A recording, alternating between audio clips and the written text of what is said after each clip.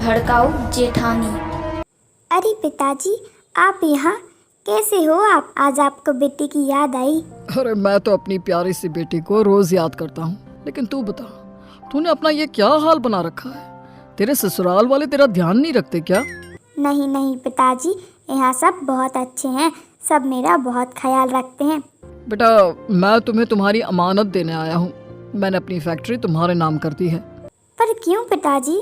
बेटा, मौत का कोई भरोसा नहीं है। मेरी तबीयत आजकल खराब रहती है, इसलिए मरने से पहले अपने सारे फर्ज से मुक्त होना चाहता हूँ। रेखा अपने पिता से बात कर ही रही होती है कि रूपा कान लगाकर सारी बातें सुन लेती है और सीधा अपनी सास शारदा के पास जाती है।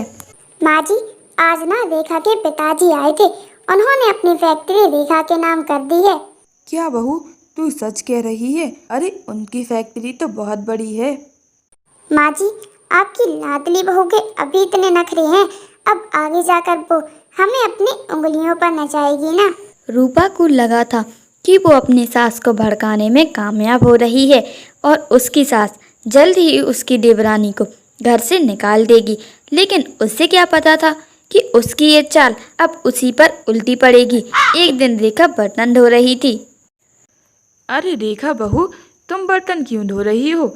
रूपा धो लेगी, तुम चलो मेरे साथ।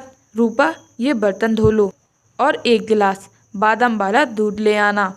माँ, मैं बर्तन नहीं धो सकती। और क्यों धो मैं बर्तन?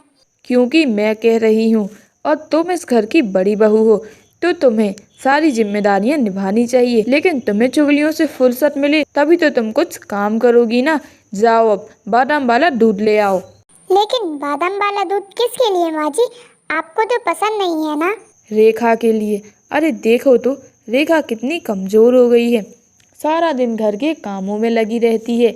चलो अब जल्दी से हाथ चलाओ। शारदा रेखा को लेकर वहाँ से चली जाती है और उससे कहती है, रेखा बहू, आज से तुम घर का कोई काम नहीं करोगी, बस आराम करोगी। सारा काम रूपा कर लेगी। और हाँ बहू, मैंने तुझसे जो साड़ी ली थी ना, मैं तुझे वापस कर दूंगी। इसी तरह से कई दिन बीत गए। अब शारदा रेखा को कोई भी काम नहीं करने देती और सारा काम रूपा से ही करवाती है। एक दिन शारदा रेखा को एक सोने का हार देते हुए कहती है, रेखा बहू, ये सोने का हार है, ये मेरी सास ने मुझे दिया था और मैं तुम्हें ये दे रही हूँ, संभाल कर रखियो। रूपा ये बात सुन लेती है और अपनी सास से कहती है, माँ जी, इस हार पर मेरा अधिकार है, क्योंकि मैं इस घर की बड़ी बहू हूँ। देख रूपा, बात छोटे बड़े की नहीं है। रेखा मेरी प्यारी बहू है, मैं उसे ही ये हार दूंगी। तू ना कान लगाकर सबकी बातें सुनना छोड़ दे। चल जाकर घर का काम कर। रेखा और मैं शॉपिंग पर जा रहे हैं। और हाँ, हमारे घर आने से पहले खाना बनाकर तैयार रखियो, समझी गई ना? माँ जी, मुझे शॉपिंग पर नहीं जाना, मेरे पास सब कुछ है, मुझे कुछ नहीं चाहिए। अरे ऐसे कैसे नहीं चाहिए बेटा, मेरा मन कर रहा है तुझे शॉपिंग कराने का। तेरे जो मन में आए तू वो खरीदियो। चल अब जल्दी तैयार हो जा। शारदा रेखा को शॉपिंग के लिए ले जाती है। रेखा को अपनी सास का ये बदला हुआ रूप समझ में नहीं आ रहा था।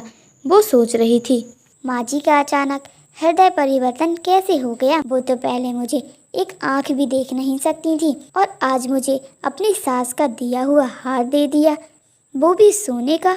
भले ही रेखा को ये बात समझ में नहीं आ रही थी कि उसकी सास का बर्ताव उसकी तरफ से अचानक कैसे बदल गया, लेकिन रूपा को ये बात अच्छी तरह से पता है कि उसकी सास इतनी बदल कैसे गई। दुनिया में मुझसे बेवकूफ औरत होगी ही नहीं जिसने अपने ही पैरों पर कुल्हाड़ी मार ली। अच्छा खासा माँ जी मेरे इशारों पर नाच रही थी। मुझे क्या जरूरत थी माँ जी को रेखा की फैक्ट्री वाली बात बताने की? माँ जी का रवैया उसी दिन से बदला हुआ है। माँ जी इतनी चालाक और लालची भी हो सकती हैं, ये नहीं पता था मुझे। ऊपर वाले कैसे कैसे लोग पैदा कर दिए हैं तूने इस धरती पर।